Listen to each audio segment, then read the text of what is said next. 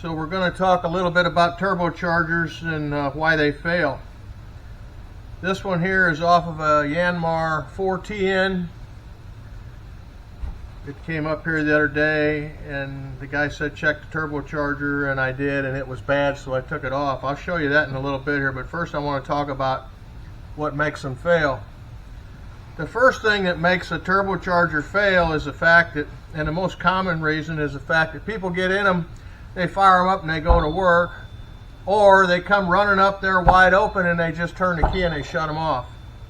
That'll kill one faster than anything. You want to start an engine, you want to let it idle for at least 5 minutes and let it get itself up, you know, get a little bit of temperature up, get some oil up, get everything circulating real good. The same thing goes for when you shut it off. When you shut the engine off, you want to pull up there, you want to stop, you want to let that engine cool off, slow down, especially let this turbocharger slow down before you shut it off. If you just come flying up there and you turn the key and shut the engine off, this thing's still running 100,000 RPMs, and when you turn the key off, the oil flow stops and this thing's still sitting there spinning like crazy. So if you want to kill one, that's a good way to kill one right there. The second way to kill one is to have long intervals in servicing your engine. You want to keep that oil serviced and changed because oil gets contaminated, and when you start putting contaminated oil into a turbocharger, the first thing that's going to happen is the turbo is going to fail. I can't stress enough that good clean oil, and service it, change the filter, and do it on a regular basis, because if you don't, you're going to buy a turbocharger and a lot of other parts that go along with it. The third thing, like this one here, a lot of this one here that failed was the fact that it was sucking dirt into the turbocharger, and it's real obvious if you look at the inside of this turbocharger. Let me get my little flashlight out here so I can show it to you. You can see where this thing has been swallowing dirt for quite some time. Look inside the throat of that turbo and you'll see how dirty that is in there. That should be spotless.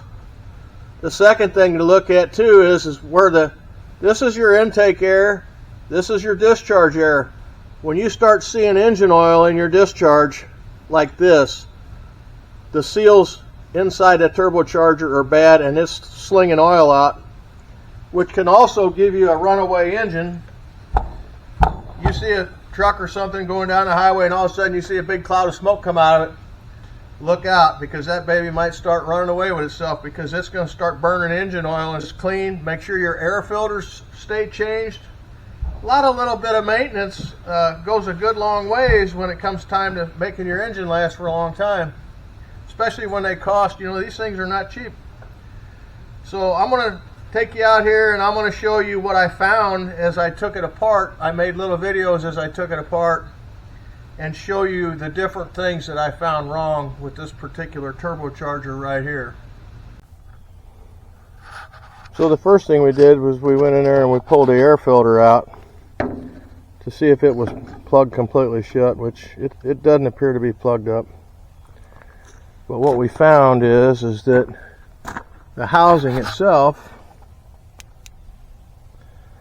you can see where the housing is busted. It's busted there, it's busted all the way across here. And then if you look real close, you'll see where dirt has been getting past. You see where I wiped my finger in there? Dirt's been getting past and going into that engine. That engine's been sucking dirt. And to show you that here real quick, if you look at the air filter, when you take the air filter out, this is the outer seal, this is the inner seal. See the dust on that inner seal? So that is getting past that air filter and getting into that engine. It's just not been sealing up good. You can just wipe the dust off of it. The next thing I see is this bracket right here. A little closer where you can see a little better. But you see where this bracket right here came loose, it's still loose, and you see where it smashed the air-to-air cooler. So this air-to-air cooler is what cools the turbocharged air before it goes into the engine. And it's smashed. Hopefully, I mean, we can pressure test it. Hopefully it doesn't have a hole all the way through it. A lot of times you'll hear them whistle if you get a hole in any kind of turbo pipe, like a clamp broke or loose or anything like that. You'll hear it whistle. But I'm going to go over here now and I'm going to take off the discharge pipe here. This is a discharge.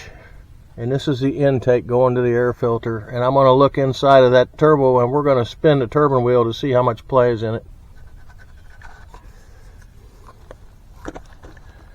And take a look at that.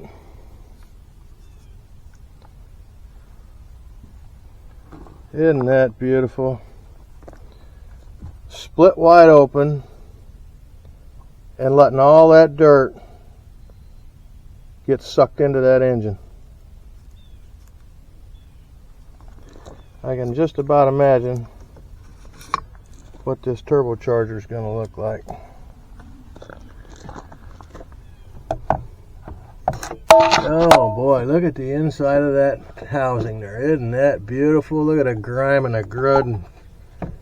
Let's reach in there and grab that little shaft. Look at here. You see that? That compressor wheel should be like 1/1000th of an inch of play. That thing is just ate up. So worst part about that is that when it gets ate up, that all them pieces go down this pipe and they go into that air-to-air cooler core, and when they come out of that air-to-air cooler core, they go right in the intake manifold. So that engine is swallowing all of this junk. You can see I pulled this down here. Let me get my light so you can see a little better. You see all the oil in the discharge pipe there. Look there. Oh, brother. How do you like that, huh?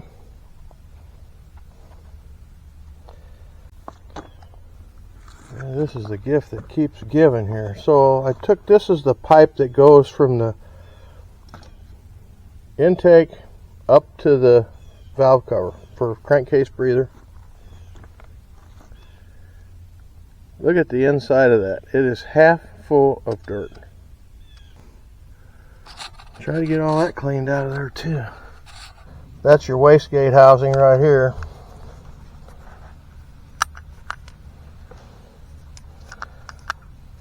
Once we got the bolts out of the wastegate housing and removed that, then we slid this other half of the turbo off of the exhaust.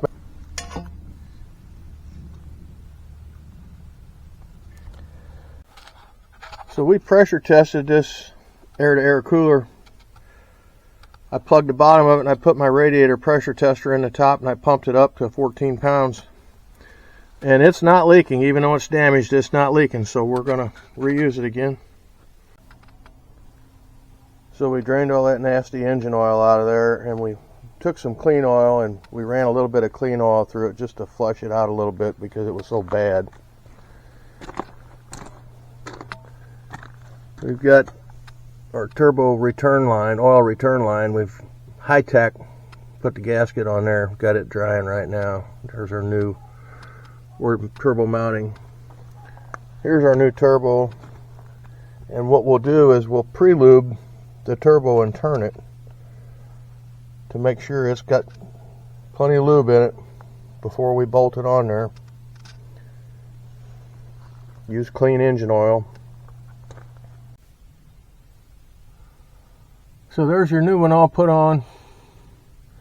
I thought that this piece right here was, the original one was plastic. That one there is nice and soft rubber. I thought this was plastic, but you know what? It's not. It is made out of some kind of rubber. It just got brittle and cracked. I mean, it's so stiff. I thought it was plastic, but anyhow, if you've got a John Deere skid loader, a 333E, you ought to look at that and make sure that yours isn't cracked. Let it idle for a little bit, make sure it gets oil up right. We changed the oil, fuel filters, air filter, everything. It's all ready to fire up. So